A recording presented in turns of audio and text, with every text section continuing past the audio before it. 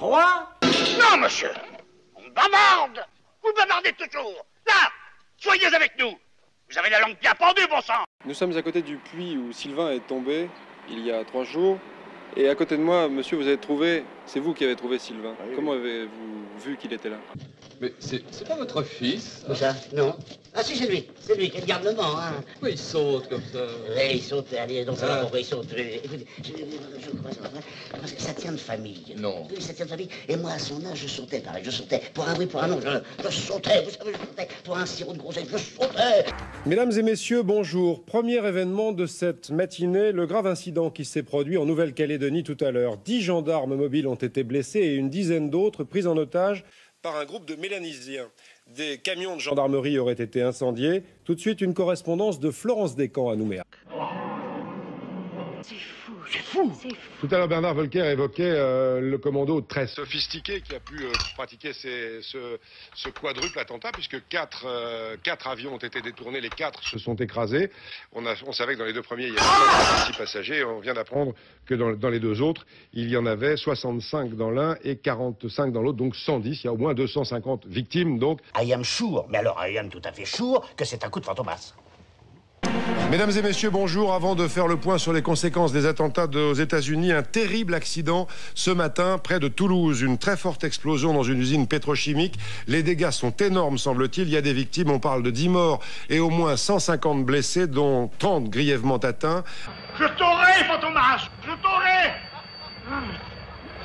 13 heures à la maison, en vivant finalement la même chose qu'une grande majorité de Français, avec un événement pour moi hier, je vous raconte tout, ma première sortie sur Terre depuis 6 semaines, pour un rendez-vous important, et la surprise, dans une ville à côté de chez moi, un monde fou sur les trottoirs, des adultes, des enfants qui jouent, plein de monde, sans masque, sans contrôle.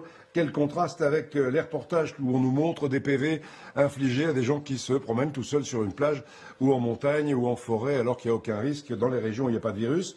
Tout ça paraît incohérent, comme les masques interdits dans les pharmacies et autorisés chez les buralistes dont vous parliez tout à l'heure, comme les fleuristes fermés pour le 1er mai, mais les jardineries ouvertes, comme les cantines bientôt ouvertes, mais les restaurants bientôt toujours fermés. On a du mal à comprendre tout ça. Et maintenant, entre les infos un jour sur un déconfinement par région, le lendemain, c'est plus par région. Un jour, l'école est obligatoire, le lendemain, elle ne l'est plus, n'importe comment pour 15 jours de cours, puisqu'il n'y aura qu'un enfant sur 2 dans les classes.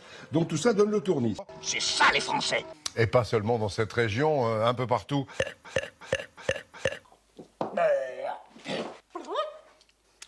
Non, excuse-moi camarade, mais s'il n'y a que quand on pète ou quand on rote que ça te dit quelque chose, on ne va pas causer souvent. Attention.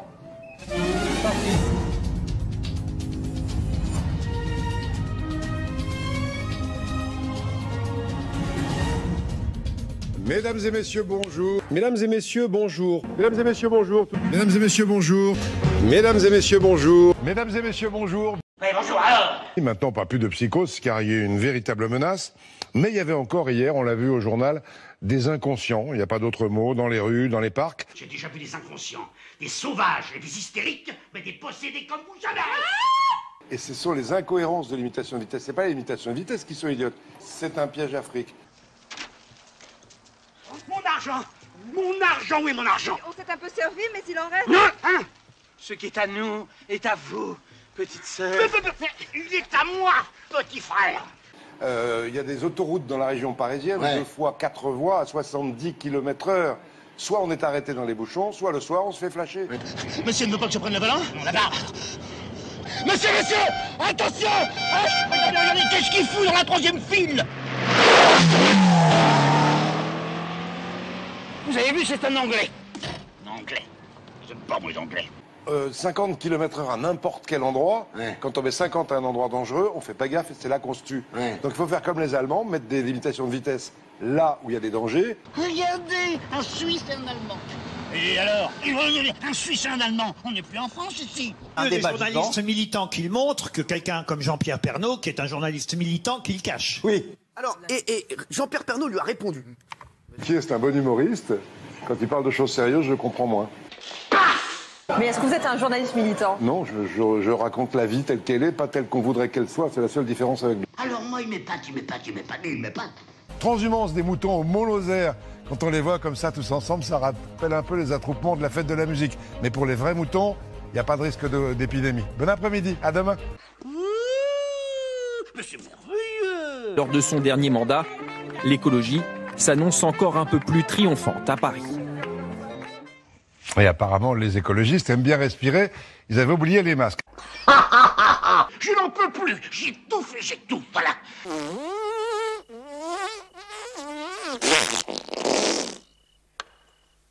On vient de l'apprendre, la mort de Jean-Pierre Pernaut, l'ancien présentateur du JT de TF1, à 13h, est mort à l'hôpital à l'âge de 71 ans. Il avait annoncé il y a quelques semaines qu'il souffrait à nouveau d'un cancer, cette fois-ci d'un cancer des poumons.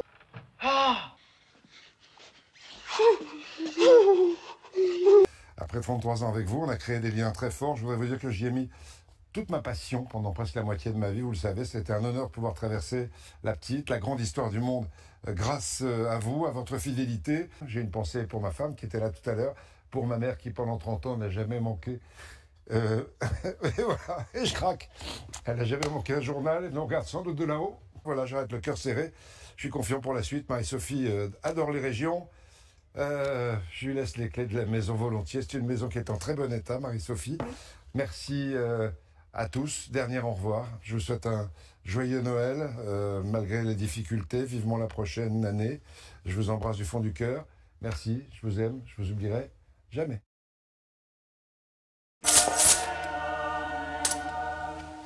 S'il vous plaît.